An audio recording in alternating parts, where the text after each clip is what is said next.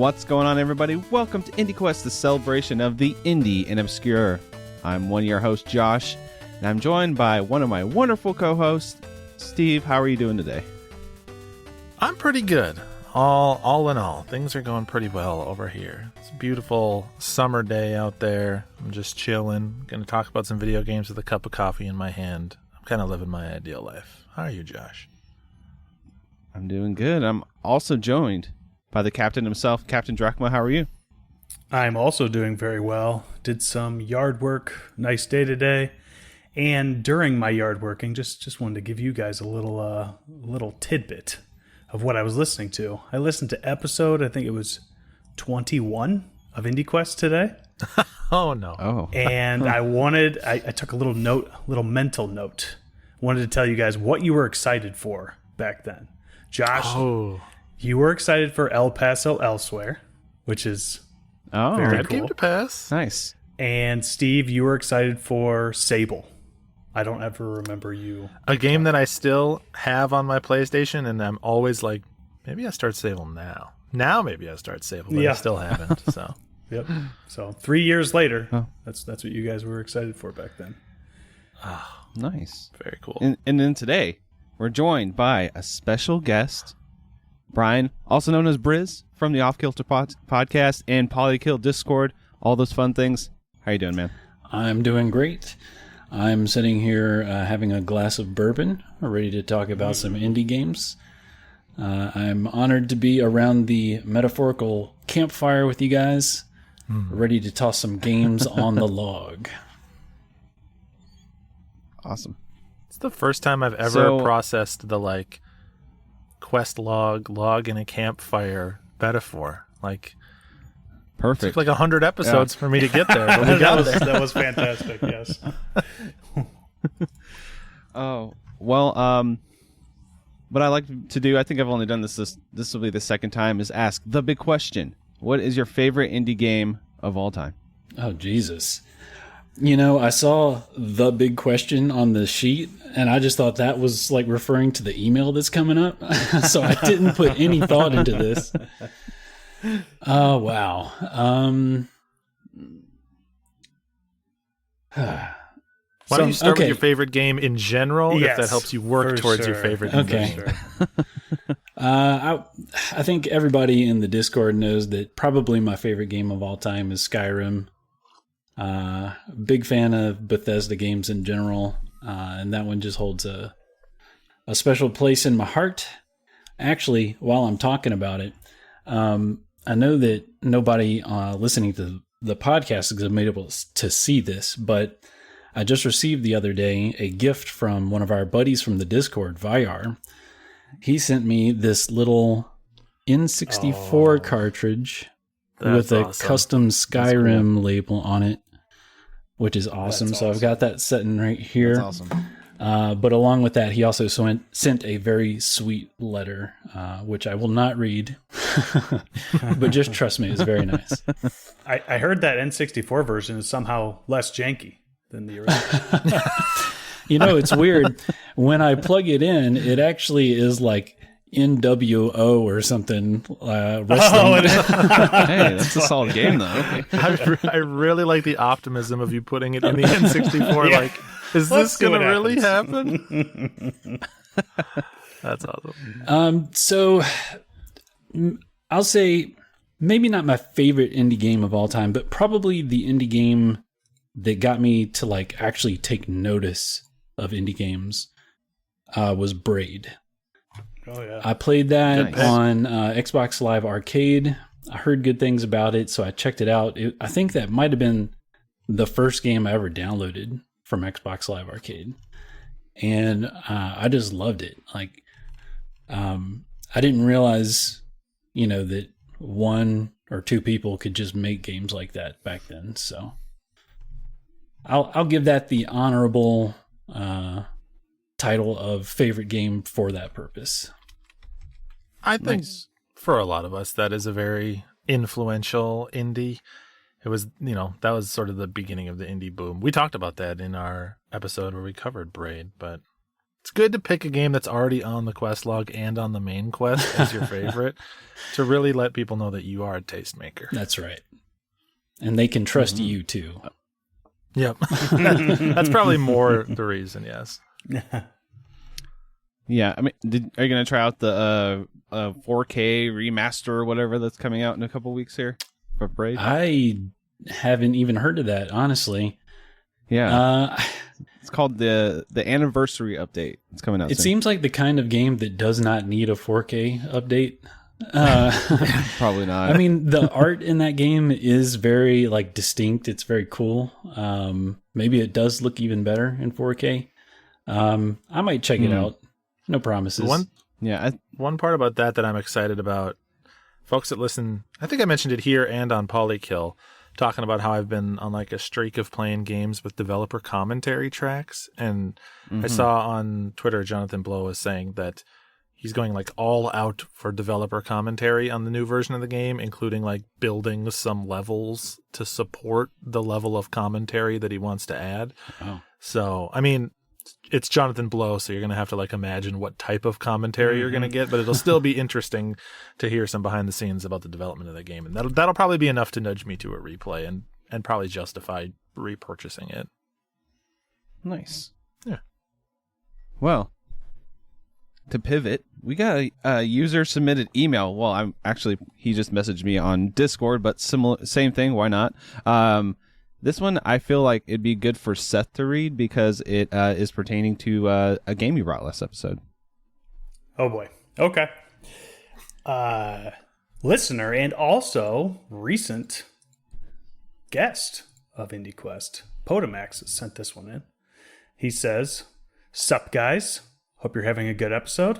Just started. Thank you. Yeah, we are. I played a couple relevant indie games in the past weeks and wanted to share some thoughts and questions. First off, I saw there was a bit of circle hitting competition in the Discord with Mr. Mo also buying the game. And having kicked Mr. Mo's butt in Disc Room last year, I couldn't resist giving it a try. And wow, the game is so fun and intense. What I really found interesting was just how difficult the game is at first. I could barely complete the first trials and only reached low scores of 2,000 in the main game.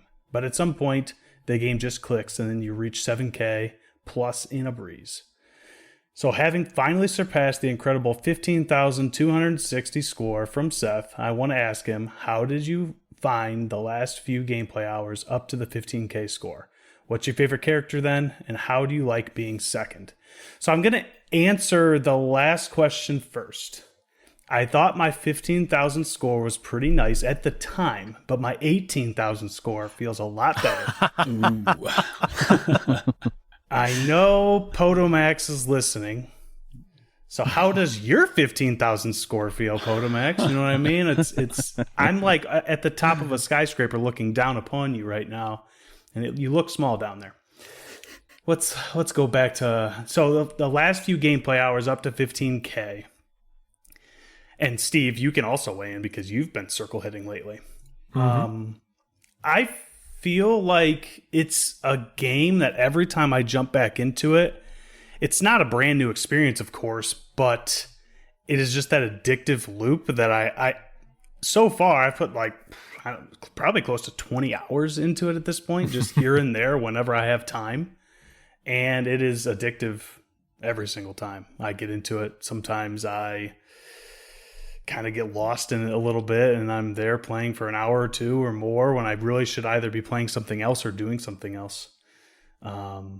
Steve, you're at like 7K right now and you've only played for like an hour and a half, which is practically like genius in circle hitter, honestly. So I feel like again, there's no way to say this without sounding like I'm bragging, but I feel like I will be able to put up at least competitive scores fairly reasonably because I'm sort of in like the initial mode that I think most players of that game will fall into, where you're just sort of unlocking all the characters and doing all of their trials to just sort of like get a feel for each one and just get everything unlocked before I like really go in hard and like dedicate myself to trying to high score a particular run with a particular character.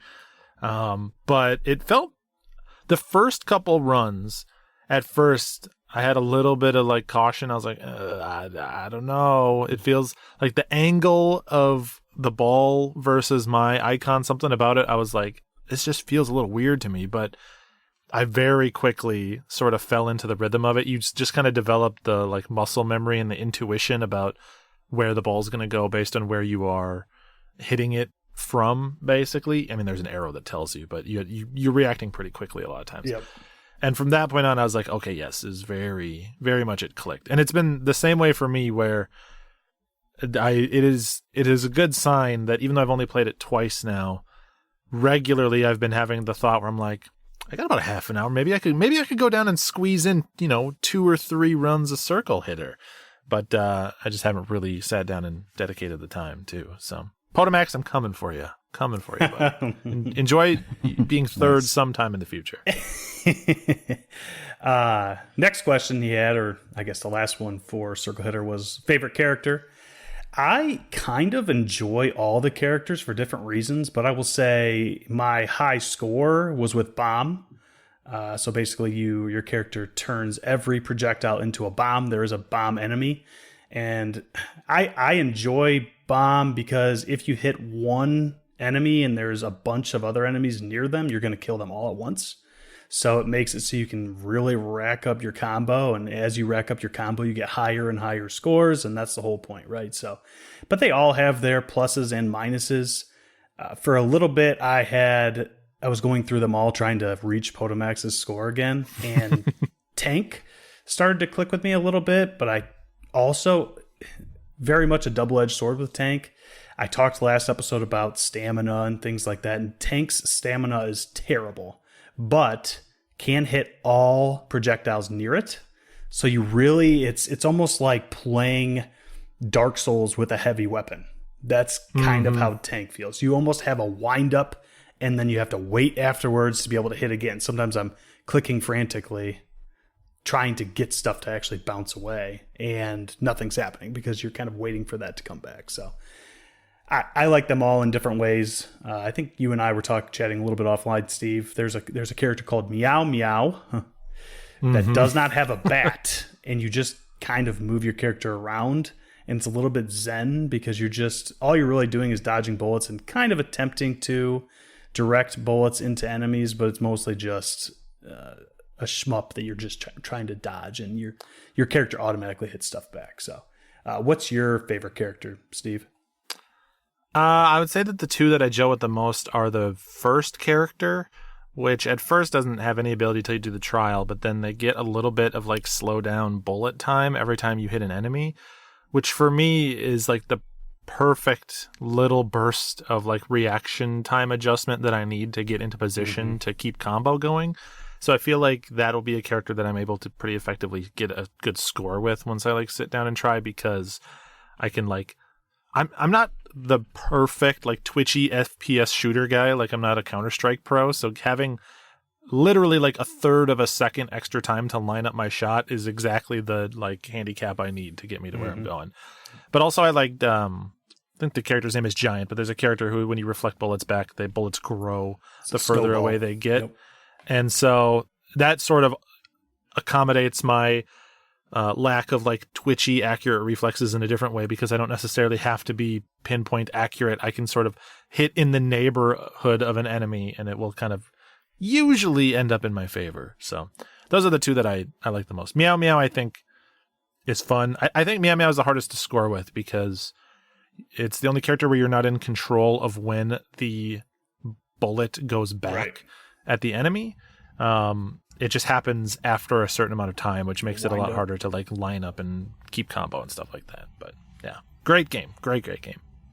I will be interested to hear, Steve, if and when you finished Meow Meow's trial. That thing took me forever, just because you can't really control when the bullets go back, so you're just kind of hitting them all over the place, and you're trying to turn all the enemies gold, but every once in a while you're turning a gold enemy back red, and it was very frustrating. I got lucky after a while, but anyway, yes, Circle Hitter has been an obsession of mine over the past couple weeks, and I'm so happy we did the bargain quest we did, because otherwise I probably wouldn't have found it at all.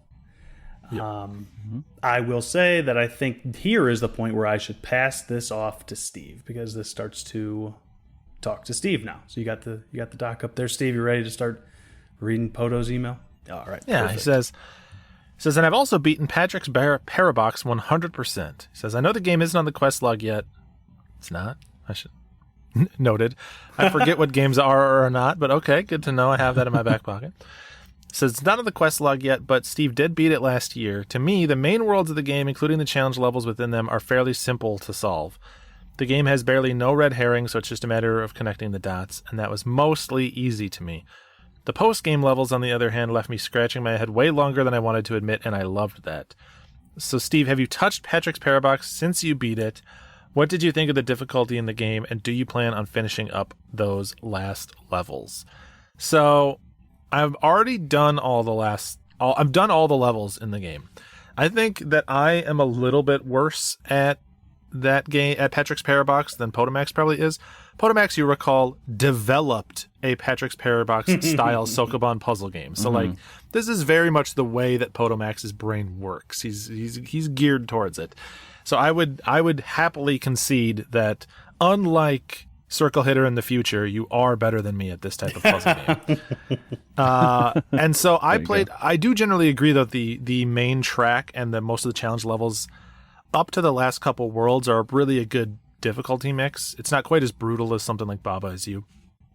So I was able to get through all that, and I got through most of the like bonus worlds, but at some point the like last handful of levels, I'd say I played like 90% of the game sort of pure.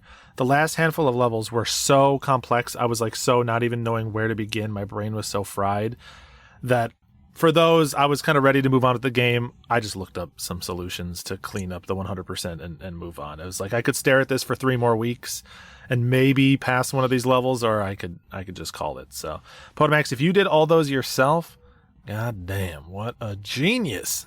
Built different up there in the Great North, I tell you. Says, and sorry, Josh, I was too busy beating Seth at Circle Hitter to give Snake RX a try. Have a good one, Potomax. Yeah. Well, I mean, that was short-lived, right? It sounds like. So, hey, there were 3 tiers of reactions to the games we brought, okay?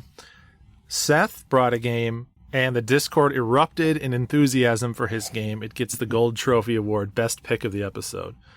Josh, you brought a game that people thought, cool game, couple people tried it a little bit, solid choice, it's on some people's wish lists now, you get the Silver Trophy.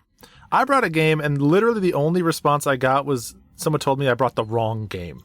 They're like, "Oh, you picked the wrong game from that developer," and I was like, "All right, thanks." It was Guido. I'll just call him out. He just literally was like, "Yeah, you should have picked Super Kiwi. This one sucks." Yeah. So I was just like, "Wow, dude, just give him some credit." Savage, bro. Savage. So I didn't get any trophy. I got like the participation medal. It's kind of rusted. I mean, I will say, if there are Polykill listeners, which I know there are plenty of crossover people. Mr. Mo, I know, beat Snake RX. Because I remember, maybe it wasn't talked about on Polykill, but I do remember him tweeting it. And Corgan beat the entire MacBat that's series. True. He just cleaned the full developer sweep. So what a god. Yep. Oh, yeah. Yeah. Fun episode. All right. Well, let's get into putting some games on the quest log. Why don't we? And what is the quest log? It is a wonderful. We keep talking about it, and if this is your first episode, you're scratching your head like, what is this thing? It is a recommendation list at bit.ly/questlog. There's 2 segments to it. The main quest, which is a game that is easily recommended to anybody, an incredible experience, a certified banger, one of those games you can show anybody and they'll have a good time with. And side quest is still a recommendation, but there's a caveat or 2. It's maybe a little bit of niche. Maybe it's like, oh, this genre, if you like this genre, you're going to like this game. Or maybe it's not perfect. It's not the best game ever, but it's still a recommendation. So we have a guest here. Brian, we got you here because there's a game that I know you're a big fan of. It's a multiplayer game. It's a survival game. Why don't you tell the folks out there and bring it on to the quest log here? I thought... So when I was trying to think of the game that I wanted to bring here, There's a game that I've been playing a lot recently that I didn't initially think of it as an indie game, but I Googled it, and the developer does describe themselves as an indie developer. However, it's not really in the spirit of IndieQuest, I think. But when you were given that little intro right there, I thought for a second you were talking about that game. Oh, okay. I now know you're talking about Valheim, which is a sandbox survival game that came out, I don't know, what was that, like 2 or 3 years ago now? Yeah.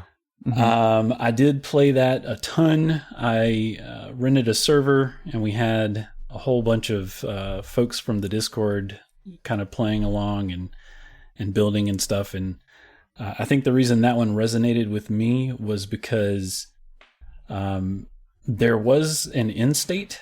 There are like 5 bosses that you can actually beat and finish the game. So there's like a point to farming and building. Like you're building yourself up to take on these challenges. For a second, you said it was multiplayer. I'm like, oh, he knows that I love Helldivers too. I mean, yeah, I know you're into Helldivers quite a bit too. A lot of people in the Discord are right now, huh? Yeah, we started our own thread so we could talk about it, and I considered bringing that here because it's the game I've been playing for the last 2 months, and technically Arrowhead are indie developers. But I didn't think it really fit the spirit of the podcast because it is also published by Sony. It's like a major hit. It's got hundreds of thousands of people playing it every day. So instead, I decided to bring something that fits the more obscure side of India and obscure. So I am bringing Infra. INFRA. Okay, I was like, okay, so the reason I brought up and introduced you as Valheim, because that's what I thought you were bringing, but hey, this is actually far more interesting. Let's see what this game's all about. Is it the Independent Natural Food Retailers Association? Because that's the first thing that came up when I Googled it. Yeah, I could tell. I was going to ask, have any of you guys heard of this? But as soon as I said it, I saw all of you look to your secondary screen and start Googling. I was like, oh, nope, they have no idea. Pretty much, yeah. I think it's hilarious. This is the first time we all try to surprise each other, but because we know we're surprising each other, it works out. And it's like not as surprising because we're trying to do it. Yeah. But Josh told us that you were going to be talking about Valheim. The ultimate fake out, which I am completely blown away. Yeah, this is awesome. It's ideal. A little bit of backstory. When Josh reached out to me to ask me if I wanted to be on, I was like, sure. And he mentioned that it would be like Valheim related. And in my mind, I thought like, oh, the whole podcast is going to play and everybody's going to talk about this game. But then I found out that wasn't necessarily true. It's just going to be like a standard episode. Everybody's going to bring their own game. And I actually did re-download Valheim, and I started playing it a little bit again to refresh my memory because it had been a while since I played it. But just the more I thought about it, I was like, I want to bring something different. Something like people haven't heard of. I respect it. Yeah, I respect do it. too. That's awesome. It's awesome. Yeah. So, Infra is a first-person adventure game in which you play just an ordinary dude. You are a structural engineer named Mark, and you work for a consulting company who is tasked with inspecting all of the infrastructure in a fictional city called Stahlberg. And you, along with 4 of your other colleagues, are each assigned a different district of the city to go inspect. And, it starts as a kind of small task, right? You are sent to a dam to go see, what's the state of the dam? Is there any damage, or is there any, broken equipment, or, anything that you need to check out. And so your assignment is to go find anything that's wrong and document it. So your only two tools you have are a flashlight and a camera. So you head out to this location, and it starts out very simply. You're, walking around these structures, looking for damage, taking pictures. Like the very first thing you do, you're walking underneath an overpass, and you see some crumbling concrete on the pillars holding up the overpass. So you take a picture of that, and then you walk over to the dam, and you find out, these different pumps aren't working right, and these things are blocked up, and you're taking pictures, and you're flipping switches and trying to fix things as you go.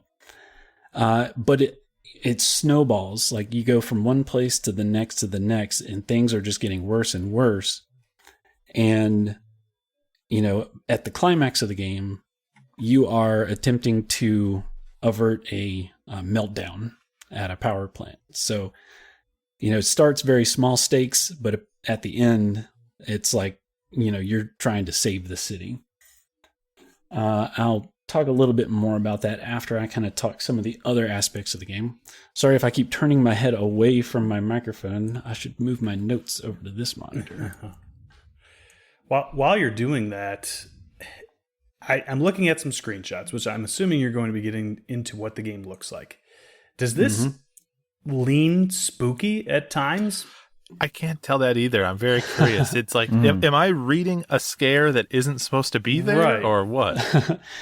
That's funny that you mentioned that, because actually when I was thinking about how I was going to describe this game, I was thinking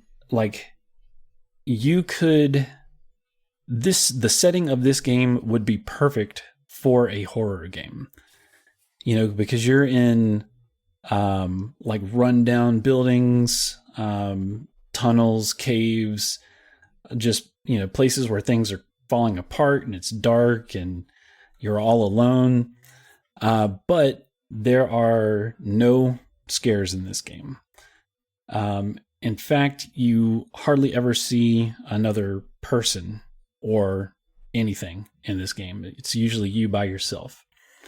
And in terms of the way it looks, it's a source engine game.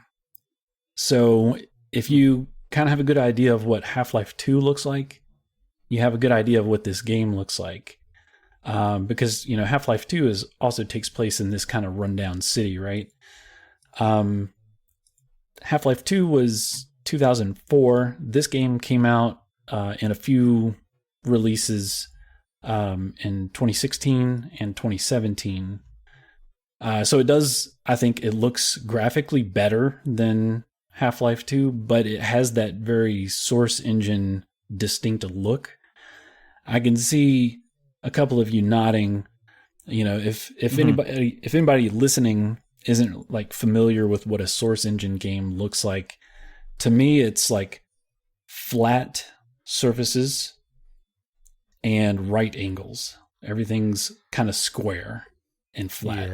Yeah. I've always thought of it as like buttery smooth PS 2.5.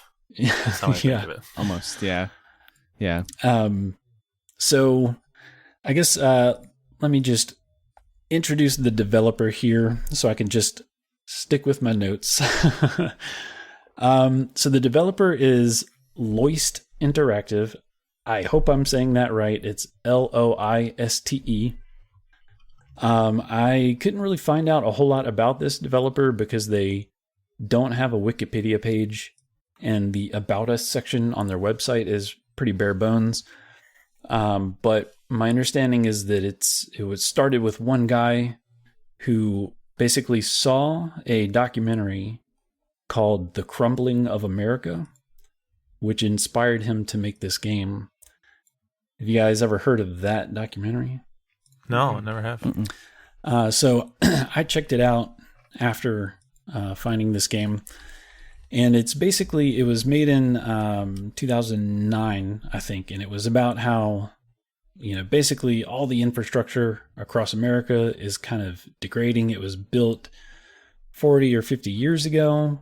and it was designed to last about 50 years. And, there just hasn't been money for maintenance and upkeep and stuff, and things are eroding and crumbling. And there was actually a portion in that documentary that covered the I-35 bridge collapse that happened in Minneapolis. So I see, Steve, you're nodding, so you remember that. That was in 2007. Bit of trivia. My company got hired to go evaluate the lighting on the new bridge when they rebuilt it. Oh, so I got to drive around on an empty bridge at night, a couple nights, and take some measurements of the lighting. I think a lot of folks listening to this know, but I live in the Twin Cities, so that happened right in my backyard. Yeah. So the developer, he saw this and got inspired to make this game. So in terms of the gameplay, as I mentioned, you have a flashlight and a camera. Occasionally you'll pick up some other things along the way, like some bolt cutters to get through certain doors, but generally nothing that you keep with you other than those two. There is no combat or anything like that in this game. You are just a dude doing a job. However, it is a deadly job, so there are things that can kill you.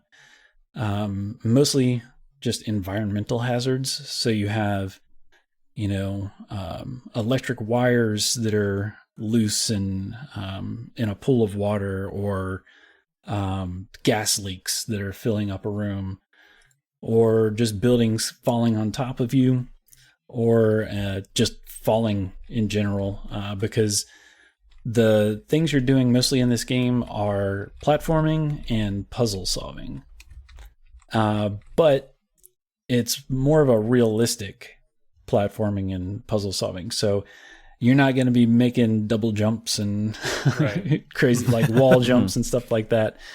It's very much similar to what you're doing in Half-Life 2, actually, where, you pick up a box and you set it next to another box so you can climb over a fence, or you pick up a plank so you can put it across a gap so you can get across the other side, that sort of thing.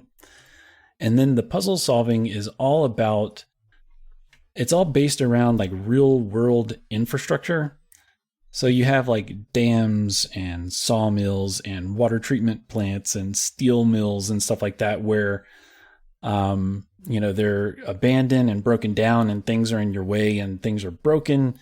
And so you have to read the manuals on the wall, like the diagrams on the wall and the notes that people left behind, to figure out how to wire a circuit breaker to get a door open, or how to fix a crane so you can move some piece of object out of your path. And so the way that I kind of brought this game up to some friends one time was, I asked them, have you ever been driving down the road and maybe somewhere along the way you see like an old building next to the road that's attached to a dam or a waterway or something, and you think, I kind of wish I could just like go in there and like see what's in there. And it's like a sort of an urban exploration itch. There's like all these like really interesting places that you never see the inside of, and you kind of wish you could, just to see what's in there and like mess around. Actually, as part of my job, I got to take a tour of the, what is it called? The Monitor Merrimack Bridge Tunnel in Virginia Beach, which is a like huge bridge and tunnel that goes underwater. Oh, wow. And so we were doing a project over there, and they gave us a tour of like the inside of it. And you walk in the control room, and it looks like a NASA control room from like the 80s or something. There's just like lots of physical lights and switches and knobs and things everywhere. And there's like these massive rooms where there's just like that kind of like flat gray metal machinery that's just got switches and levers and stuff. And you want to run over and just turn them all. They all say do not touch. You can touch every one of them. So this game is like if you found yourself in there and maybe the tunnel was flooding and you had to figure out how to like turn on the drainage or something to get the water out of the tunnel.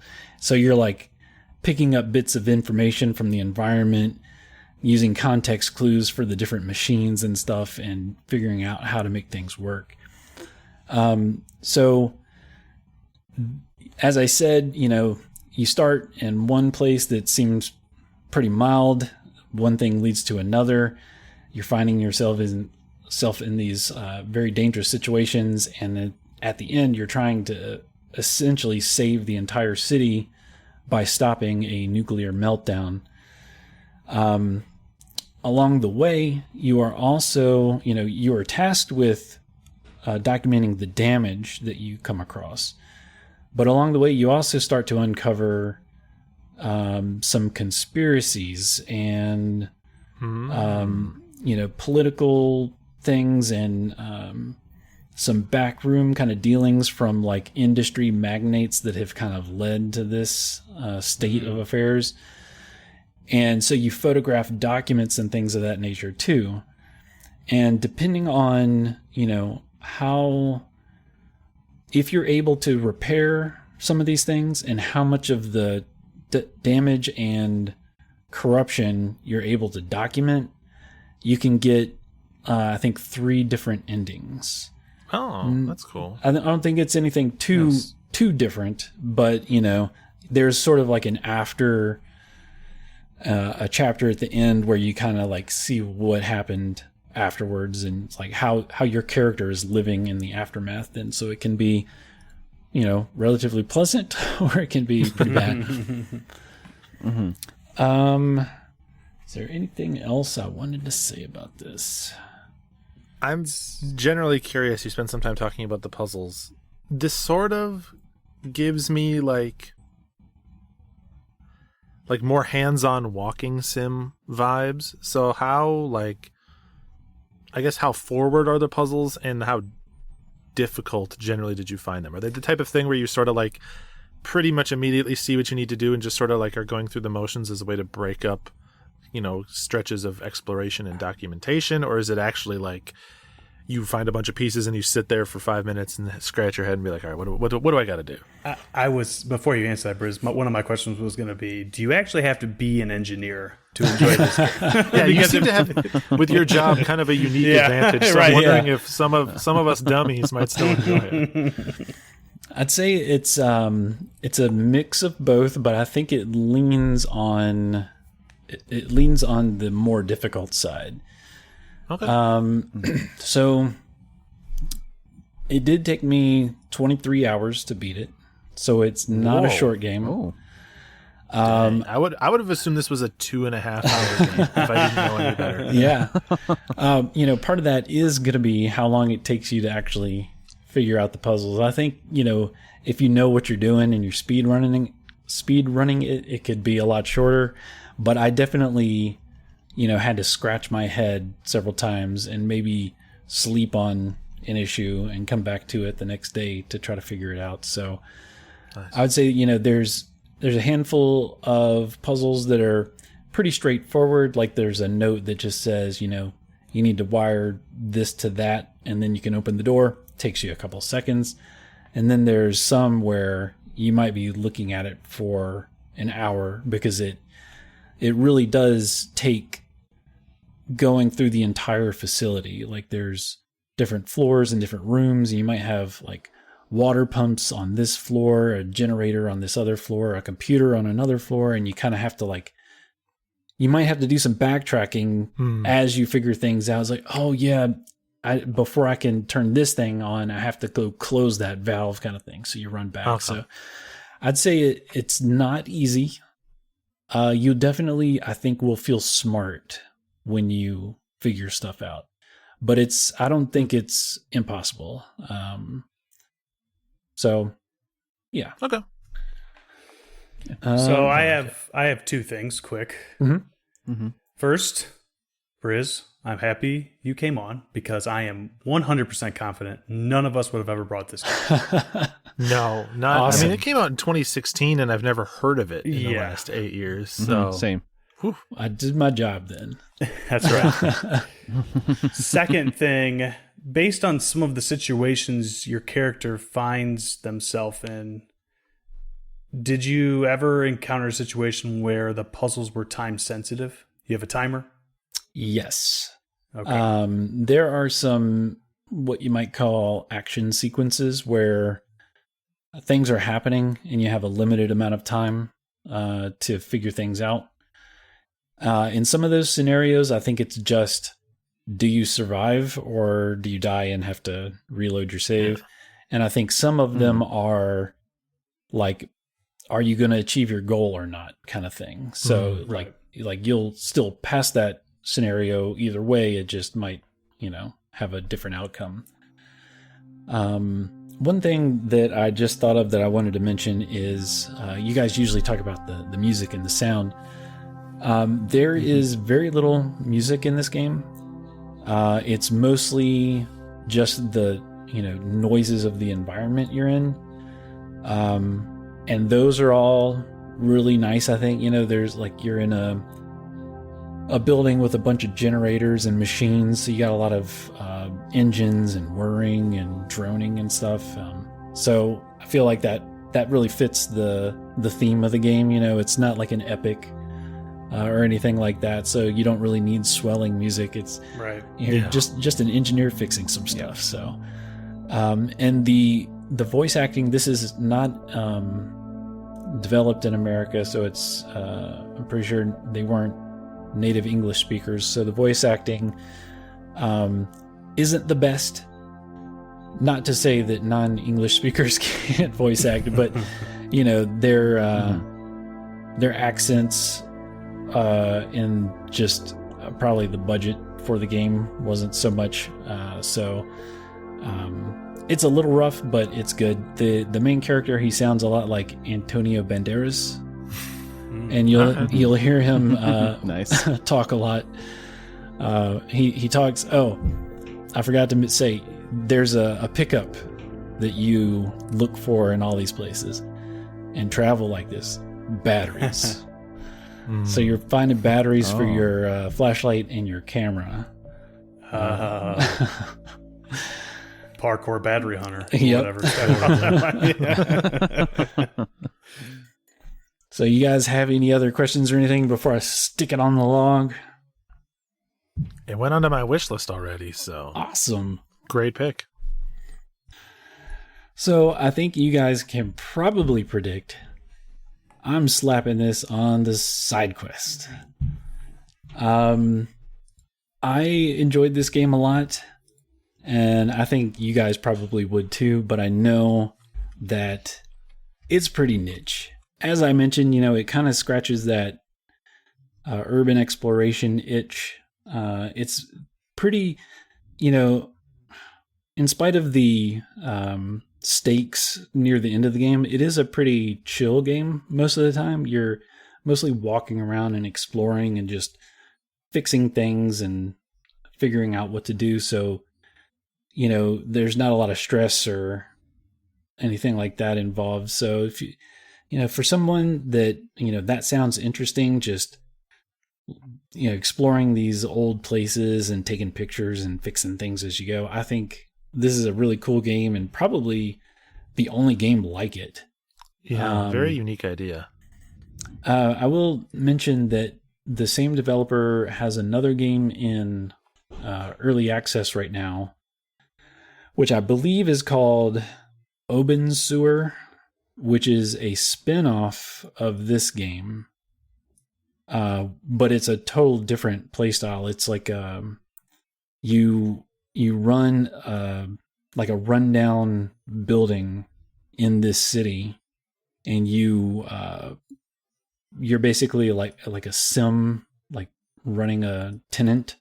So you're like building up your building and improving your infrastructure for your tenants and stuff like that. But yeah, this is the only game that I've seen like this before, and I thought it was great. And the people on Steam seem to agree. It's got a very positive rating there. So, if that sounds cool, check it out. If not, you will, not be missing much if you skip it.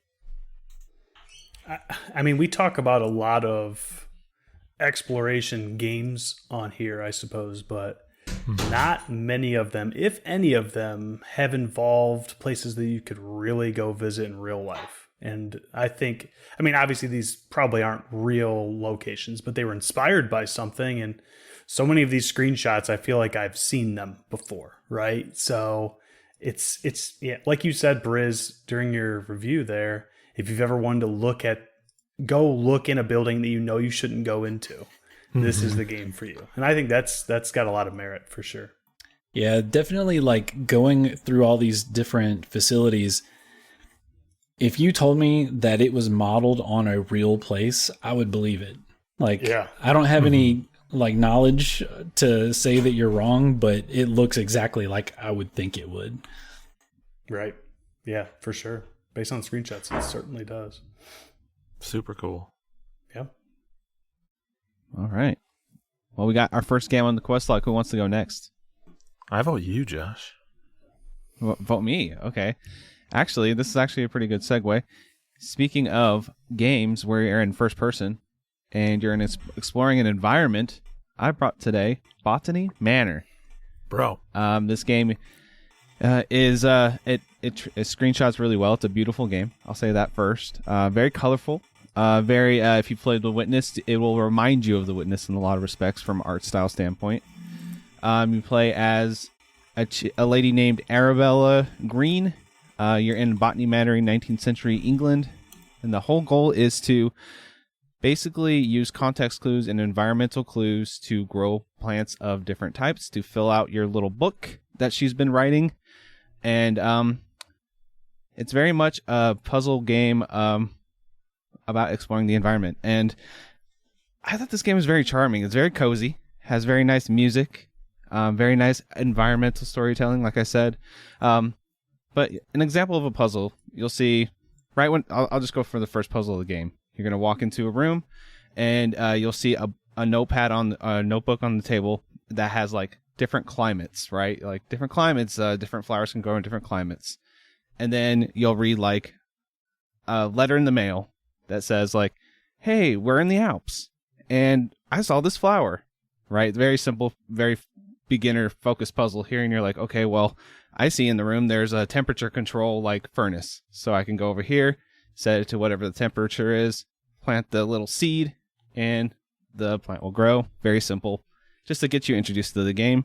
And it kind of gets a little more complicated as you play the game. And that's pretty much the main gameplay loop is you get a journal that you can look through.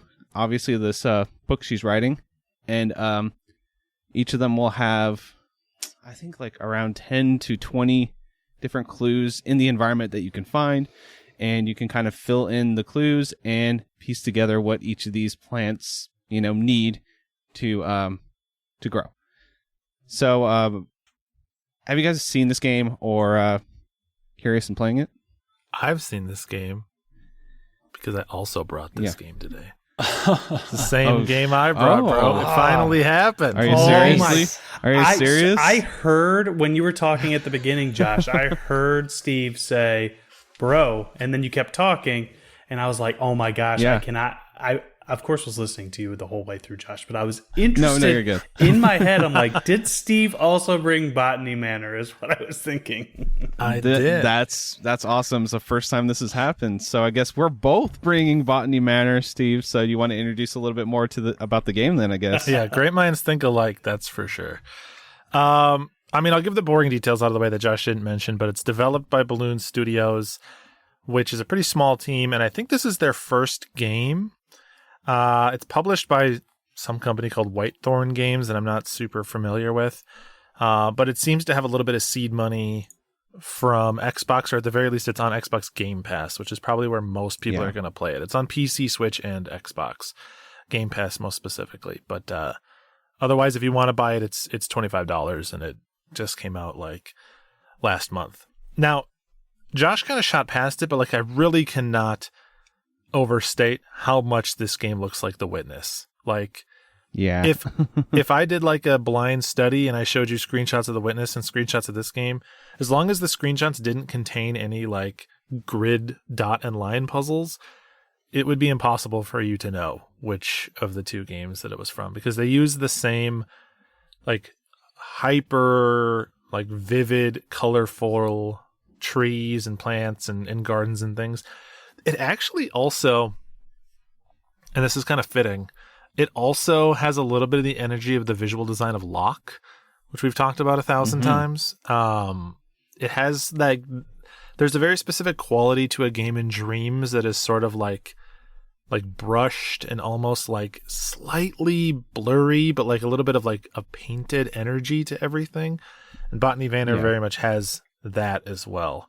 And my like elevator pitch for it is the visuals of The Witness and the gameplay of a cross section between Locke and What Remains of Edith Finch. Like it is, it is the product of those three things mixed into a hopper, and then that's the thing that it spits out.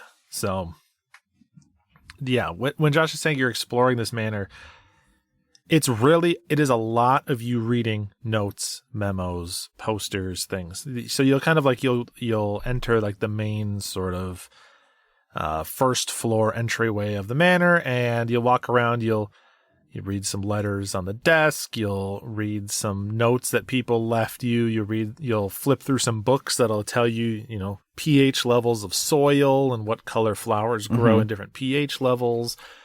And you'll just sort of like, you kind of end up starting by sort of scanning the area and seeing all the information you can learn, and your brain is sort of like roughly categorizing it into different buckets of information. Like you'll start to notice patterns where you're like, oh, a lot of these things are talking about fertilizers, or a lot of these things seem to be mentioning sound, or any number of things. Right. And you start to be like, I think these things are probably connected. And then eventually you will find the packets of seeds hidden around these manors.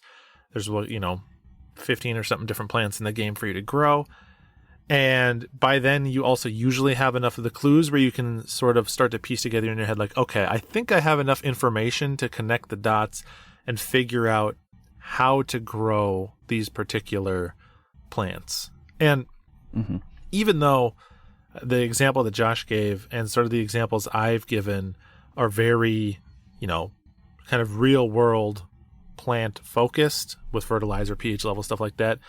These plants grow in very video gamey ways. These are not plants that could ever grow in the real world. Like, you are having to think outside the box and think of like abstract conditions that you could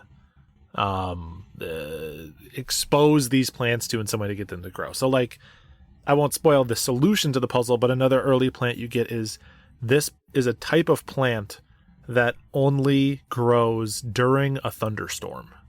It only blooms during a thunderstorm. So it's like, how can I, in this manner, sort of replicate and recreate the experience of a thunderstorm, I guess, or how can I control the weather to get this particular plant to bloom? And you're just sort of trying to figure out how to get all these different flowers to grow and the different sort of unique conditions that you need to figure out what you're even trying to do, and then you need to figure out how you're doing it, and none of that is ever explicitly told to you. Yeah, I like how they do it through the pages of her book. It's called Forgotten Flora. So say like you do a new chapter, and then you can kind of flip through the book, and it'll be like, okay, this chapter I have 3 flowers I got to grow. So, and then it has little like boxes underneath, like clue number 1, 2, 3, 4, and some of them have like a few clues. Sometimes it'll have like more than 6 clues. And as you like collect things in the environment inside that book, you can actually like, all right, I think this is the thunderstorm example. This one's for the sound, and this one's for the rain. And you kind of like can like put all the clues together. And once you actually have that set of clues, which actually kind of remind me of what was that language game last year? Chance of Sonara? Chance of Sonara. It reminded me just like that, the same idea. Like, you locked it in, the clues are locked in, and Yeah, and then you're like, okay, well, I have all the clues. I know what I need to do. Then you can solve the puzzle. And once you lock in that flower will actually become like fully illustrated in the book, and you solve the puzzle. And you're basically just filling that book in with the 15 flowers like we mentioned. So it's a pretty neat idea. I do think there's a little things that annoyed me about the puzzles themselves, but I guess we could talk about that a little bit. There's one thing that I bet you're gonna mention, and I'll mention it too, and it's that. So these clues that you find, you'll pick up, a postcard sitting in the kitchen that'll say like, "Hey, Arabella, it was so nice to summer with you in the Alps last year. Remember when we saw that flower blooming? Blah blah blah blah blah." And that'll be a clue. And in the book, you'll be able to slot that into one of the 2 or 3 plants that you're trying to figure out. And it'll just be labeled like kitchen postcard. And when you place it in the book, when you're later looking at the book to try to figure out how to grow this plant, you can't actually read that postcard. It will say kitchen postcard, or it'll say like postcard and it'll say location kitchen.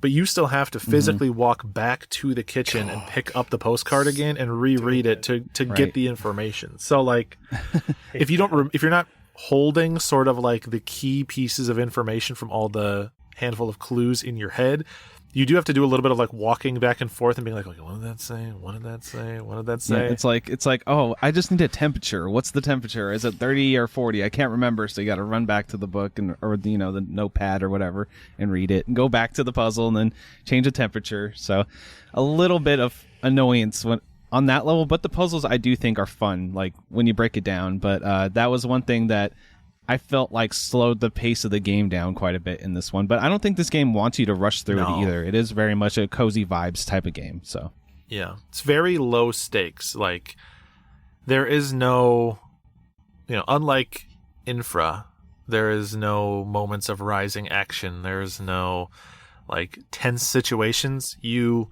walk into this manor, you start exploring a garden, and from the moment you start to the moment you end, it's just you kind of leisurely wandering around this manor growing plants. Up to the very end of the game, you're just kind of like, I'm done growing plants now. What a nice day this was, and the game is over. Yeah, pretty much. So it's no boss plants. Yeah. Nope. You don't have to hit up the plant on its big bulging red spot with a X bandage over it 3 times to get it to fall down. Nothing like that.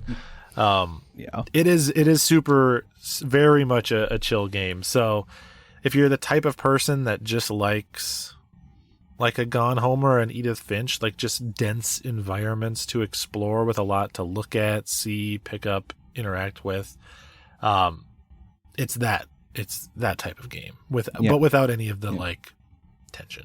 So yeah, I think Botany Manor just generally has like the actual place has like I said, a nice sense of place. Like you really do feel like this place is lived in. Like you go into a room, it has that really great environmental storytelling that you can kind of just wander around. Even if you're not reading something, you can say, okay, I can see this is the study where they did this. And you kind of, it's just, if it really will put you in the shoes of the character, which is perfect, like when these first person narrative games do really well.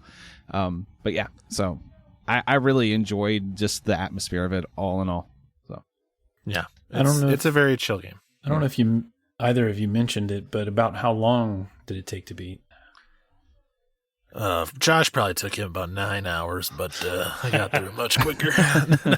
It's short. I think it took me around like 4 hours ish, maybe 5 at the most. Yeah, I'd say even 5 might be pushing it. I think 4 might be pushing it. One thing I realized, so I made a mistake playing this game. I played the game almost halfway through without realizing there was like a hustle like sprint button the whole time because it's on LB. Yeah, and I was like just wandering. I was like, man, I like this game. It's just really slow. Like, it's very slow paced. And then I just happened to push the button by accident. And I was like, wait, there's a sprint? Oh my God. I could have saved so much time. So if you were sprinting the whole time, you'd probably get it in like 2 or 3 hours probably. So yeah, I did sprint, and I would say it was somewhere between 3 and 4 hours, and that was for me to do everything, like get the 1,000 out of 1,000 achievements. You beat the game, you pretty much get everything. But I don't even actually know, Josh, maybe you know, do you have to grow all the plants to beat the game? I just sort of did as a matter of course, but I'm not sure if the game can actually end before that.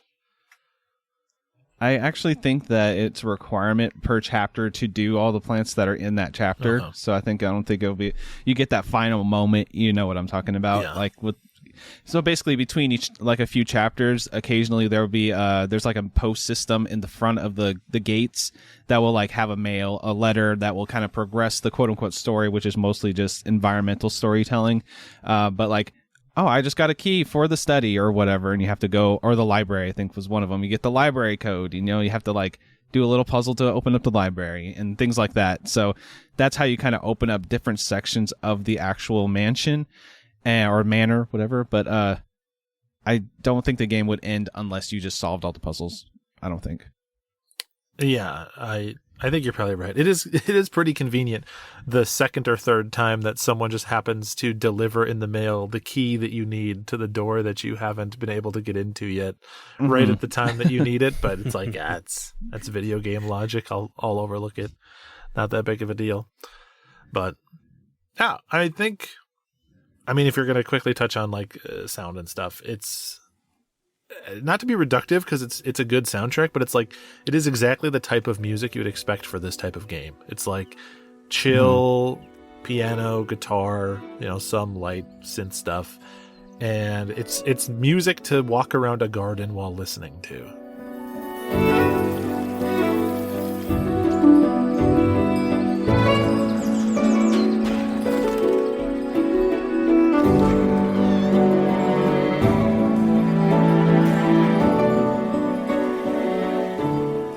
Yeah, I do think like when you're walking like in the more foliage areas, it really does feel like the actual sound design makes it feel like you're in that area. Like you can hear the birds chirping, the wind rustling the leaves and all that stuff. Very much put you in the sound design does the same thing like the visuals do. It just really puts you into the place that you're in, so it's nice. I do think they do the nice thing with the puzzle game. When you solve the puzzle, there's like a nice chime music number that plays and as the planet grows and stuff, which is, feels good. Yep, very satisfying moment. And yeah, the whole thing, kind of top to bottom, I think it's a team of like 4 or 5 people. It's just, I love this type of game from small studios where they have focused on like a very manageable sized environment, and they have packed it very dense with things to look at and see. And so the game is like gorgeous, and there's always interesting things to look around at in different rooms. And it's like there's not a single spot in the game where you're looking, you're like, I can see where this team didn't have much of a time or budget. It's like, holy crap, they really left like no space unfilled. It is dense with just like beautiful models and imagery and stuff. Yeah, and I also want to mention about the like difficulty of the game. I would not call this a difficult game whatsoever. I would say like if you sit down, I say like maybe 2 out of maybe 3 out of 15 puzzles, I was kind of like, okay, what do I need to do here? But then you kind of like tinker and figure it out. Like you're probably not going to get stuck in this game, I don't think. Yeah, it's also one of those games where because you're sort of moving from area of the manor to area of the manor, like these plants are kind of focused in like the kitchen and the orchard, or like now I'm up on the second floor / attic and all the clues and information are up here. Like you kind of see all the tools in front of you. So if I have gotten up to the second floor and there just so happens to now be a bathtub, I'm probably going to use the bathtub to solve one of these puzzles. It's like I was going to ask because sometimes it seems like based on the screenshots that there's several different areas that you can go into. And, Josh, you just said it's not hard, very hard at least, but sometimes I get annoyed in games like this where I like to have some bowling bumpers to kind of keep me going the right direction. But it sounds like if you're in this area, that's probably what you need. Like my initial thought was I got to go to the attic to find a clue to come back out to the garden, that type of thing. And you're going back and forth a lot.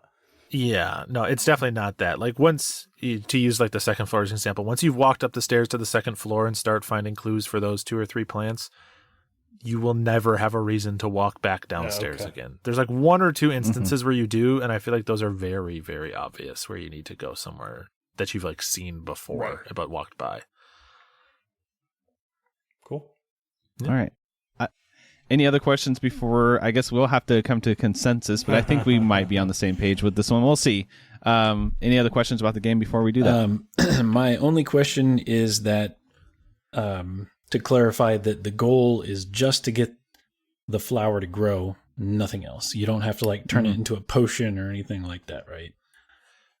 Yeah, exactly. It's every single plant does the same thing. You fill a pot with dirt, you plump a seed in there, you water it, and then you're just trying to figure out the right set of conditions to turn that tiny little sprout into a big, beautiful flower, and then you just walk away from the flower. You don't even pick it up or use it again. You're just like, all right, I'm just going to leave you there. Bye. Nice. Yeah, and like it's there's little like potting like garden center areas that you can go to, like little bases throughout the world. So it has like the selection of 15 plants, and you're like, okay, I need like the blue plant, whatever the names of them are. You just get the dirt and the soil, and then you can kind of like grab that seedling and just like in first person walk it around, until you find these little pads. And usually it's actually usually pretty obvious, like, okay, there's like a little pottery plant thing. I need to set the plant down on that. That's where the puzzle's going to take place.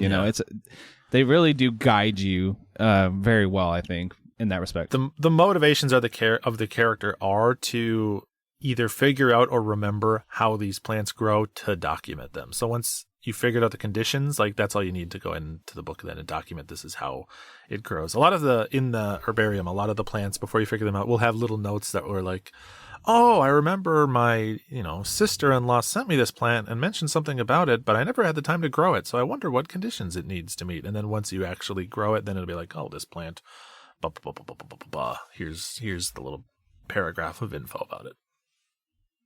Yeah, and the game does have a storyline too. Like, there's characters in that she gets letters from, and I feel like the story isn't very in depth or detailed, but I found it to be very heartwarming when you finally get to the end there. I was like, oh yeah, that was nice. Like this whole game is just a big hug to me, like that, including the story. Yeah, it's a story about where the story exists and intersects with the puzzles. It's generally a story about like pushing through adversity. So it's well told. Yeah. Cool. So I guess we have to come to a consensus. Where are you thinking about it for the quest log here, Steve? I think we should do a 1, 2, 3. This is the first time for the show. That's exactly. Okay. Peanut butter sandwich. All right. So do you want to do 1, 2, 3? Answer? I'll count it down since 1, 2, 3s are stressed. That sounds good. Yeah. All right. Go ahead. 1, 2, 3. Side quest. Yeah. Nice. Yeah. Okay. Here's my thoughts, though. I actually labored on this decision a little more. I'm not freaking Seth over here, where I switched back and forth 12 times, and then in the exact moment I open my mouth and see what the magic 8-ball spat out. I respect that style of sorting a lot. It's dangerous. Yeah, you can get into trouble that way. But I was like, other than that one thing about the clues, I'm like, I really have nothing to complain about with this game. Like, it is sort of like a full package. It's like, it's kind of everything you could want out of this type of game.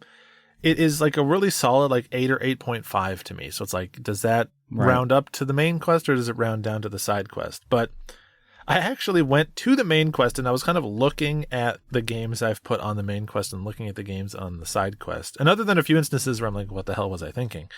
That is not where that game goes.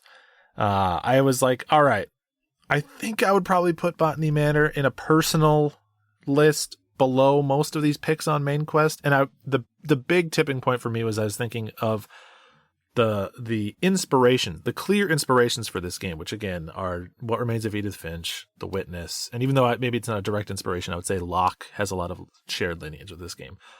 All of which I would put above Botany Manor. So it's sort of like a game inspired by games, all of which I like a little bit more. So I was like, okay, maybe that should be represented by placing it on the side quest. Mm-hmm. But catch me on a different day, or if Josh felt differently, it would not be a hard sell to convince me that it goes on the main quest.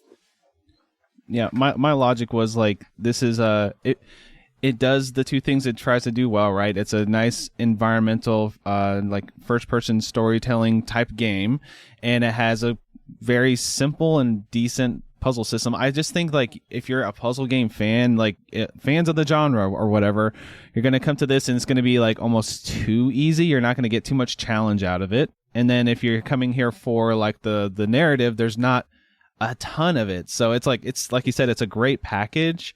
And I do think that this is like a nice cozy, like I have 3 hours, I'm just gonna, wind down the night and just relax type of game. But I don't know if it's much more than that. It's and like you said, it's not nowhere near as good as like an Edith Finch or something like that. But if you're into like that style of game, you're in the mood for that style of game, this is definitely, like not that bad. This might be a main quest for some people though. I could see if you're like I just really love the environments, I love the cozy vibes. This might be a main quest for you. But to me, it was just slightly edges onto a side quest. Yeah, Awesome. I almost feel guilty about putting it there, but that's where it's gonna go. Great game. Yeah, it's actually a great game. I do recommend it though. Well, we recommend everything we bring to the quest. Yeah, So we really do. It's side quest or not, it's the type of game where like very realistically, it might show up in my, end of the year, game of the year discussion and lists. So it was really cool. Cool. All right, we got one more. I guess it was going to be a four pick, but we got I don't know if that's ever going to happen again, but I was actually kind of before the show. I was like, I have a couple more in the hopper? I just beat Pepper Grinder, a couple other games, and I'm like, oh, maybe I'll bring those. And I was like, you know what? I want to talk about Botany Manor because it's actually a pretty memorable game. So I love that we both had that similar thought here. So yeah, that's awesome. It's not indie, but I finally, after 2 months at this point, finally beat Final Fantasy VII Rebirth with like a final clock time of 110 hours. So Botany Manor was like, I was so ready to jump into the opposite of Final Fantasy VII Rebirth. I'm like, give me a 2.5 hour relaxing garden game. I can't handle any more AAA budgets anymore. It's too much. Yeah. So I was very grateful. Yeah, and for actually, in our little chat, I was like, Steve, this is you'll love this game. You'll enjoy it. It's really my I'm glad kind of you thing, actually did. Yeah. So that's awesome. Well, Captain, it's your turn. What you got for us today? Before I talk about my game, I do want to mention something that's been running through my head over the last 20 minutes or so as you guys have been talking about Botany Manor. And that is, Josh said about 20 to 30 minutes ago, who wants to go next? And Steve said, you, Josh. But in actuality, it was Steve's turn too. Well, you know what? I'll get him next time. All right. Yeah, that's right. Yeah. Okay. So this is probably not the last time on this episode that we will have to all come together, put our heads together to get a consensus on where a game might need to go in the quest log, I will say. Oh, did you bring Infra? I did. That would have been hilarious. Like I just waited until this point. So anyway, yeah, the Briz. poker face did not mention it until now. I brought a game that is very popular, and I swear I had to check the quest log. I probably checked it 5 or 6 times to just make absolutely sure. I also checked Vyar's version to make absolutely sure that we had not brought it in the past. And I know since I had been on, we hadn't brought it. But I couldn't remember if one of you guys would have brought it before I came on. That's why you were listening to old episodes, right? That's part of the reason. It's like maybe I stumble upon it. I will say they definitely mentioned this game at least once because I heard it recently. I might have you guys try to guess because I think that you could. Okay. It's a puzzle game, so that's our trend today. Is we've all brought puzzle adjacent games. This will probably give it away. This is probably the biggest hint. This one was originally on mobile and very popular on mobile. Ooh, I know what it is. I think I know what it is too. Let me just. You guys can do 3, 2, 1. Okay. You want to do 3, 2, 1? Name it. All right. Yeah, Let me make sure it's not in the quest log before I say my guess. I'm cheating it here. All right. Also, whoever even looks at the quest log, did you know that I mentioned What Remains of Edith Finch, Locke, and The Witness, none of which are on the quest log? What is this useless document? Ooh, I feel like Locke should get an honorary quest log placement. It really should be on there. I should just put it on the main quest. Like, come on, let's all be real. All right, my guess is not on there, so I think we can do our guess. Josh, I'll count us down. 3, 2, 1. Guess. Okay. Ready? 3, 2, 1. Monument Valley. Device 9. You guys. That is too funny. So you all guessed something different. Briz, I don't know if yours was a joke. I've never heard of that game. Is it? I think it's real. I don't know if it's on anything other than mobile, but... Did you mean Device 6? That's a game I've heard of. Yeah, that's Device it. 6. Yeah, it's Device 6. Yeah, you're right. That's so a little dyslexic on my 69s there. Good pull, though. It's made by Simogo, the same people that made Sayonara Wild Hearts. Oh, and the soon-to-release Lorelei and the Laser Eyes. So, anyways... I'll let you say the name of this game now. So I will say that either Steve or Josh did get it right. It is either Monument Valley or Florence. Just go the whole time without ever mentioning the name. Yeah, I'll just start talking about it, and eventually Let's do 3, 2, 1 and guess which one of them got it right. Okay. It is Monument Valley. Yeah. Okay, you got it. I was thinking. I mean, Florence is a puzzle game too, so you know. Anyway, Monument Valley. Yeah. I was completely blown away, and that's why I had to keep checking, because I remember you guys talking about Monument Valley. I talked about it briefly, right? Like on an episode, I was like, "Oh yeah, I'm playing this on my phone," and just in passing or something. It might have been, but there was also times when you would compare things to Monument Valley. Both of you would talk about Monument Valley. Yeah. So I guess before we get into it, I assume that both Steve and Josh, you've both played Monument Valley. I would guess.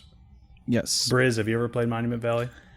No, it's one of those games I hear a lot, and like Steve with some of his games, I'm like, yep, I need to get to that one, and just never do. Yeah, so I had never played it on mobile. I ended up buying it on Steam, so I will have a little bit of a different take, I would assume, than the other two co-hosts. But in general, it's the same game. Technically, this version is called the Panoramic Edition.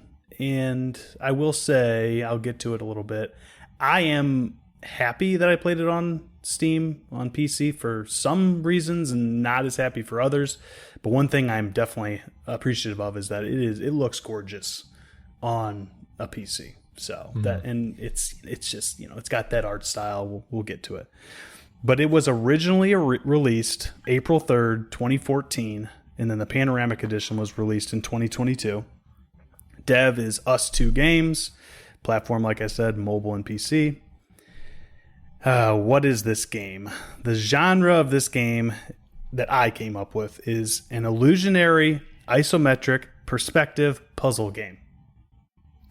I like it. Yeah. I would agree with that. I would say it's like an MC Escher puzzle game. I don't know what that is. Is that someone? It's like the infinite staircase type dude. If you've ever seen that optical illusion. Yeah, like the hand drawing the pencil that's drawing the hand. It has those like optical illusion paintings and drawings. So you guys are really spoiling my lead. My very first point in gameplay is Penrose Stairs. Yes, those are called the Penrose Stairs. Okay, yes. you know more than me. Who knows that they were a proper noun? Come on, I'm a genius. But before we get there, because this is like maybe 3 or 4 games in a row that I've brought that are primary gameplay games. Presentation, isometric, geometric, angular, everything. There is very little in this game that is rounded, and when they use rounded, I will say, sides, they are very intentional. They allow your character to walk in different ways, I will say, on the places that they're walking on, right? It is colorful, but also flat colors. There's not any shading really going on with the colors. You're not going to see a green turn into a deeper green at any point. I would call it cel-shaded in a way, kind of cel-shaded. Steve? Yeah, like tasteful minimalism is maybe another way to go. It's like they do a really good job just kind of picking like, here's a really pleasant shade of purple, and then the level is just like that shade of purple. But you're like somehow despite that being true, you're still like, wow, this game is freaking gorgeous. Yes. They optimize the art style as well as they possibly can. I can't speak for how it looks on a cell phone, but on my 24-inch monitor, it looked very good. The type of game where you could, like, if you had a nice printer and printed and framed any individual level from the game, people would just think it is a tasteful piece of art on your wall. And they know this, at least for the panoramic edition, because there is a button after every level that you can screenshot and do a photo mode for it. So, very cool. Story. It is sprinkled throughout. There really isn't a lot of story. It's pretty vague, and you can kind of cobble things together. Like I said, this is certainly not the main point of this game. But there is a conclusion to this game, and you kind of get to it, and it's like, oh, I guess that added up in a way. I would say it reminded me of almost like a visual novel without words, because every single level starts with a chapter, and each chapter has a specific theme. So it's almost like you're going into a chapter book where you read the chapter and then you play the book rather than reading it, right? So kind of cool in that way, although I don't think if the game didn't do the whole chapter thing or have any story at all, I don't necessarily know that I would have missed it all that much. I don't know your guys' opinions on that. Yeah, it's pretty minimal. In my mind, this is more of a gut feeling, I think, than like a genuine, like, I'm not going to scientifically prove this, but it feels like one or two generations evolutionarily removed from like a journey. It's like kind of like an artsy, wordless story game where it's borrowing that sort of storytelling where it's kind of intentionally vague but gesturing towards certain things, and largely is just sort of like telling that story through a couple short little scenes, and otherwise just the environments and the the subtle animations of the character. Yes. Yep. Perfect. Okay. So that will lead me right into gameplay, which is certainly where I could probably use some help, because other than Penrose Stairs, if anybody, we've already kind of discussed it, but the Penrose Stairs are basically an impossible staircase. So I'm assuming most people have seen it, but imagine standing on one landing and climbing up another staircase to another landing, and you climb up 3 more staircases to 3 more landings, and somehow you end up in the same landing where you started, right? It's infinitely going up or infinitely going down, and somehow only comes back together where you started. It's basically an art style where there's these illusionary puzzles that you're trying to figure out that can only work in a 2D space, realistically, or in a video game, right? You could never see it in real life, obviously. Impossible paths, and you're kind of moving isometrically, although it doesn't really matter. You can't play this game with a controller, so direction inputs don't matter. It's all mouse controls. You just click where you want Ida to go, and that's where Ida goes. Sometimes there is a button that you need to step on that will actually move a platform. Sometimes there's a switch that you need to activate by clicking on it and moving it up or down. There's some spinning wheel type things that will actually move platforms around. And the whole point, and kind of where the Penrose Stairs comes together, is it likes to do what I would call the Fez thing, where in Fez and in Monument Valley, if you rotate something, in Fez you rotate the entire screen the majority of the time. In Monument Valley, more often than not, you're rotating an object. So say Ida is standing on a bridge that has an end where if Ida continued to walk, the game doesn't let you do this, but if you continued to walk, you would just fall off into the abyss. You can rotate another platform that might have a bridge on it too, that looks, based on how you're looking currently at the screen, it looks like it's above Ida, right? The bridge looks like it's going over top of Ida. But if you move it, it actually shifts it to be in line with where you currently are. Now, in real life, that wouldn't happen, but like the common thing where people will go wherever, right? They'll go to Paris and the Eiffel Tower is standing there, and they will be a long ways away from the Eiffel Tower, and they'll put their fingers up and pinch the Eiffel Tower, right? That whole thing where it's like, oh, I'm holding the Eiffel Tower in my hand. It's the perspective, the distance away that the Eiffel Tower is from you and your camera, and that is what Monument Valley kind of does. It messes with the perspective, it messes with the depth perception, and allows you to actually utilize that depth to still walk as long as it looks like that is a possible path. Yeah, 100%. I think you described it well. Probably better than I would have, honestly. So yeah, so it's you basically figuring out how to interact this level to make paths, but you're needing to connect, like your brain needs to operate in a different way than you would spatially operate in the normal world. And so, I mean, it's a language in the game that you pick up relatively quickly and you learn to start thinking in the terms that the game wants you to think of. But it is a little bit of like a twist on what you're used to. And it's that coupled with, there is a little bit of like I would say trial and error, but I think that sounds more derogatory than I mean it, of like, sometimes you have to learn, if I walk into this door, where do I come out? Like I could come out anywhere on this level, but you are able to pick that stuff up pretty quick. And again, you're like pretty much always seeing the entire level all at once. So like, this is a very, like digestible space, and you can learn sort of the layers of it relatively quickly before you start needing to piece together how to move through it. Yep.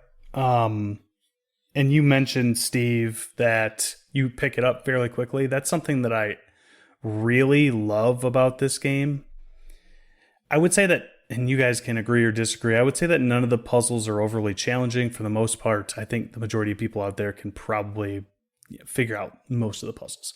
Towards the end, they get a little bit tougher where there's more going on. You have to kind of manage between different things to get it really concrete and figured out. But it's not a super challenging puzzle game. But the thing I love about this game so much is that there's no real true tutorial. The game doesn't tell you how to play it. You just figure it out. And there's only really a couple things that you can ever do. And it's just, hey, I need to click around this screen. Oh, there's something over here that has texture on it that isn't the same as what I have been walking on. So maybe that's something I can interact with. And hey, that ends up being a switch that moves some platforms. And then Ida's walking. But for the most part, it is almost a game where if I had printed this screenshot onto a piece of paper, I could take my pen and draw. It's almost like a maze in 3D. Really. Yep. So yeah. That's a good way of framing it, honestly. Yeah, and I think honestly, just to comment on like the levels themselves, I think that it definitely was a mobile first type of game because like each level is pretty digestible. Like this is how I played the game is between my old job, which was I was delivering beer at the time. Between deliveries, I could pull it out and do an actual like puzzle real quick, and I feel like that's it transfers fine to like PC format, I'm sure, but like for mobile, it really does that thing where it's like, okay, I got 10 minutes, let's piece out this puzzle real quick, and then you can usually get through it pretty quickly. Yeah, that is a great point. That actually brings me right into what I imagine are, some people say they're gripes or pros for PC versus cell phone. So obviously, if you're playing on mobile, the screen's smaller, you might not get to appreciate some of the finer details, I will say. And it's very pretty. We already mentioned it, but it's nice to be able to see it on a big blown up screen. But I actually was reading, like I always do, through some of the Steam reviews, and people are like, oh, this is really good. And it plays fine on PC, but it makes me miss the control that I had on mobile. So, obviously you're playing with a mouse and you're touching everything, with a mouse, with a cursor on PC. And it seems like as I was playing it, it felt a little gimmicky at times, not game breaking in any way, but certainly there were times where I wish I could have reached my finger out and moved stuff rather than using my mouse, right? So yeah, it's a mobile first game. It made sense on mobile, but I will say, and I'll mention it here, if you buy the Panoramic Edition, you get Monument Valley plus both DLCs. I don't necessarily know that there's anything on mobile that will actually get you all the DLC or both the DLCs at the same time that you purchase. So that's one benefit, and it's very pretty on PC as well. I think that's the last thing I want to mention in the gameplay here is there is a cute little what I would call totem buddy. I don't know if you guys remember the totem buddy, but the yellow tower, right? And you kind of interact with this totem. It's really something you can move freely, like you move Ida, except for it can't go upstairs and things that Ida can do. And each of the two characters you can eventually play as in certain levels do different things. But there are certain sections where you lose the totem for whatever reason, and it's really oh man, it's just a bummer that you have to lose the totem because it has a little eye on it and it gives it some personality. It reminded me a lot of the companion cube in Portal. You don't want to lose it. Okay, moving on. Music, very chill, very relaxed, synthy.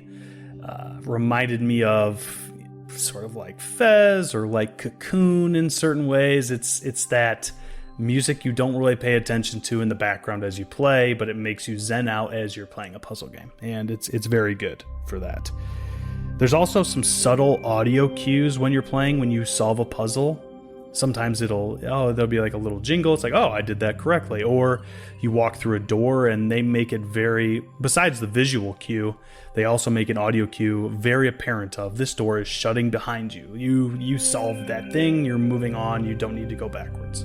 And I enjoyed that very much about the sound in this game. Other than that, do you guys have any other questions, comments, anything else you want to mention before I put Monument Valley on the quest log? I was just curious. You mentioned in Fez you can kind of spin the world around, but in this you're kind of spinning platforms or something like that. But can you spin the map around 360? So there are certain sections of the game where it's kind of the point to spin the map. You're not in Fez. You are legitimately rotating around an object. In this, let's say Ida is on a box of some kind, right? And you might be able to open up this box and do different things inside it. Sometimes there is something on the bottom of the box where you recognize after you play for a little while, if things have little circles on them, then you can turn them, right? You can sometimes in certain levels turn the entire fixture that Ida is playing on, right? So I will say that presents new challenges because sometimes you know where you want to get Ida to, but when you turn the entire fixture, you can't click where you want her to go because it disappears into the background. So it makes it kind of a struggle at times. It's like, I know where I need to get her, but how do I get her there without turning the whole structure around? And that makes you think in different ways. And I will say, I didn't mention this, but I will say, with the whole Penrose Stairs thing, you can, go up platforms you shouldn't, but you can also walk on any surface as long as a path takes you there. And that's what I was talking about with the rounded edges. You'll go up a rounded edge sometimes, and it will make it so you actually end up on the ceiling. And now you're walking around Ida's upside down. So she is not bound by physics, basically. She can go anywhere as long as it's flat to flat or a stairs takes you there. Ida can't be walking on flat ground and then climb to over the edge, over a 90-degree angle. She's not allowed to do that, but she can, as long as that it takes her there, you can go there, right? So sometimes after a while, there's certain ways to twist pillars, and then it'll get you onto the side of different places. So very, very smart game, I will say. And yeah, it's 10 years old, but it absolutely, having only played it this year, it absolutely holds up, I would say. And we're going to talk about where it goes on the quest log, obviously. But you two fellas have anything else? No, I think you covered it very well. I think you covered it. I'll say I really enjoyed this game, so I'm interested to see where you put it on the quest log. Yeah. If you haven't, I will just say you should play the second one as well, because it's very much a more of the same type sequel. So if you're a fan of this, which you clearly are. I played them both back to back. Oh, yeah. Cool. Yeah, they're really good. So I will say, on top of both of your sentiments, if anyone out there has played Monument Valley but hasn't played its DLCs, do yourself a service and go play those, because it's just more Monument Valley. And it's not just, the same game regurgitated, similar puzzles. They do a lot of different puzzles and have a lot of different mechanics that they introduce, where you're trying to learn different things as you play. It's not just the same game over again. So, where am I putting it? I would say that Monument Valley has a Thomas Was Alone potential problem. So Steve talked about Thomas Was Alone being a game that came out years and years ago. So Monument Valley came out a decade ago at this point. And I have played, Fez came out back then as well, but there have been plenty of games that have come out since Monument Valley that have imitated it and done similar things to what Monument Valley does, right? So based on that, we have to look at it and think of it from that perspective. So fortunately for me, Monument Valley was not a game that I played, at least in this situation, back when it came out or even around when it came out. I played it over the last couple of days, right? So I have a very new perspective. And with that, I'm interested what you guys think of this, but I think it definitely deserves to be a main quest game. That's where I would put it if I was placing it, for sure. Mm-hmm. Okay, good. Yep. I think the only thing that might hold it back for some people is that, like I said, the puzzles aren't all that hard. So as you get to the end of each DLC or the game, they get tougher, but you can get them figured out. And honestly, the only detraction I could think that most people would have for this game is that it's short. The main game took me like an hour and 20 minutes to finish.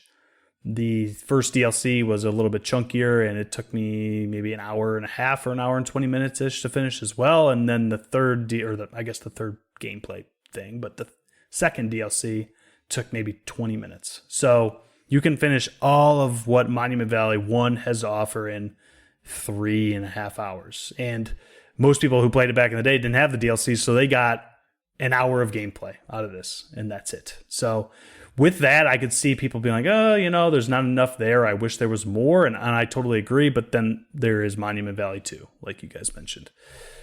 It absolutely belongs on the main quest. It is a fantastic game. It has transcended the decade, no doubt. Every puzzle I finish, I would just sit back in my chair and be like, yeah, that was smart. That was good.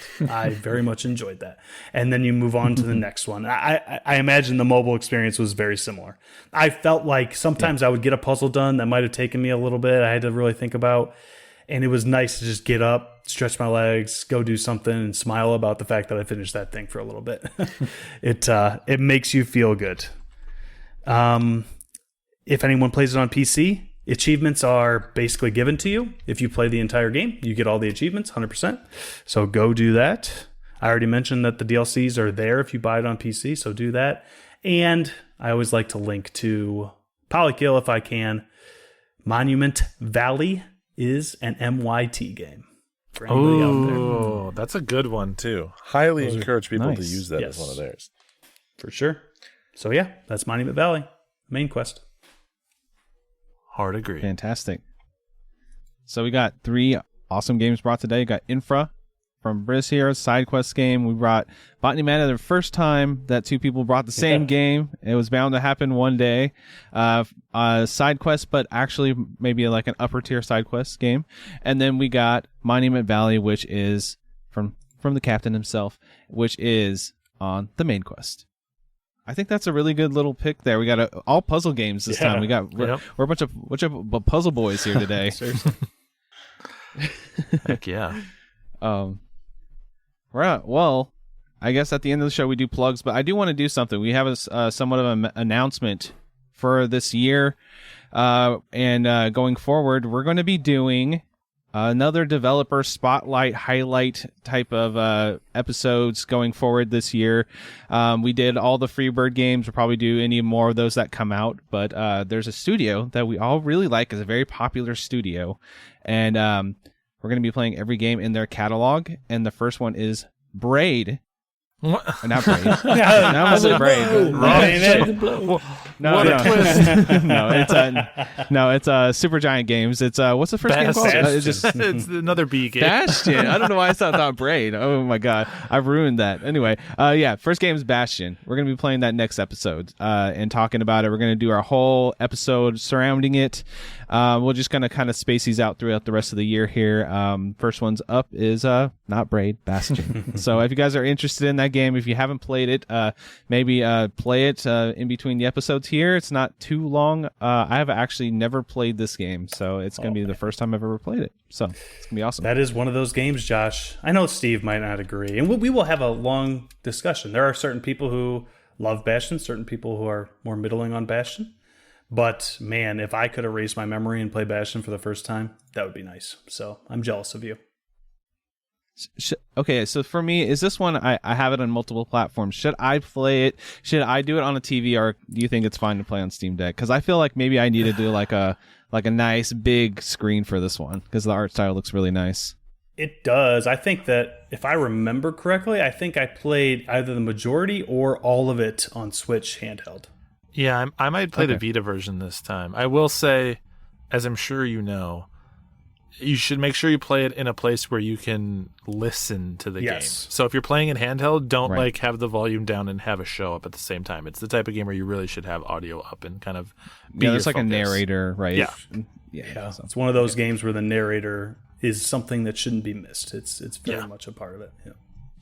But yeah, obviously we're doing the Supergiant games because Hades 2 is coming out. It's coming out in early access. We probably won't talk about that one until it hits 1.0. But it's honestly, it's one of those studios where I've played every single one of the games. I've even finished Hades once, but never got the true ending. It's just to me, it's gonna be fun to go back a little bit and kind of reminisce on the games and the studio as a whole. So should be a good time. Yeah, I'm looking forward to it. All right, so we have some plugs to do. It's the end of the show. Briz, thanks for stopping by. Do you want to plug your show on the network or anything else? Sure. You can find me on the Off Kilter podcast. That's Off Kilter with 2 L's. We basically, me, Travis, and Kevin, just kind of talk about whatever we feel like talking about and try to make you laugh, maybe play a game.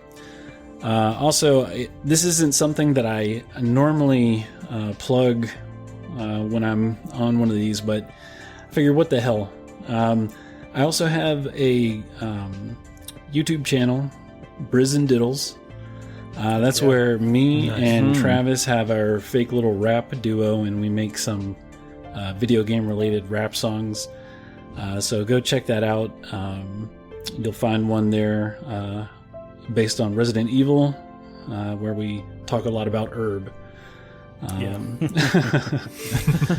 Also, I have another YouTube channel called Citizen Gamer. That's where I put my Brizzy Awards shows. I didn't do one this last year just because I ran out of time, but I do have the 3 previous years up there if anybody wants to check those out.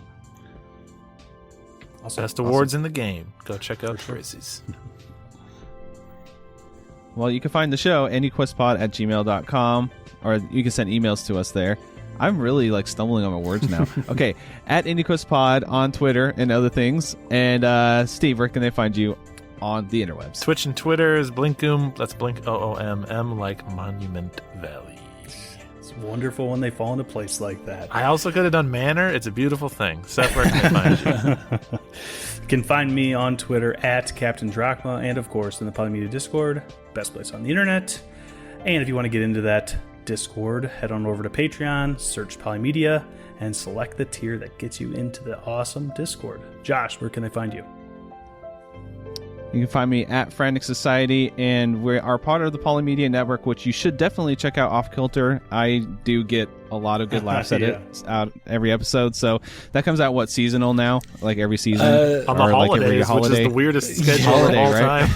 We didn't plan it that way. It's just kind of worked out that way, and we've just embraced it. So, yeah. Awesome. Mother's Day is the next one, Briz, so I'm expecting one.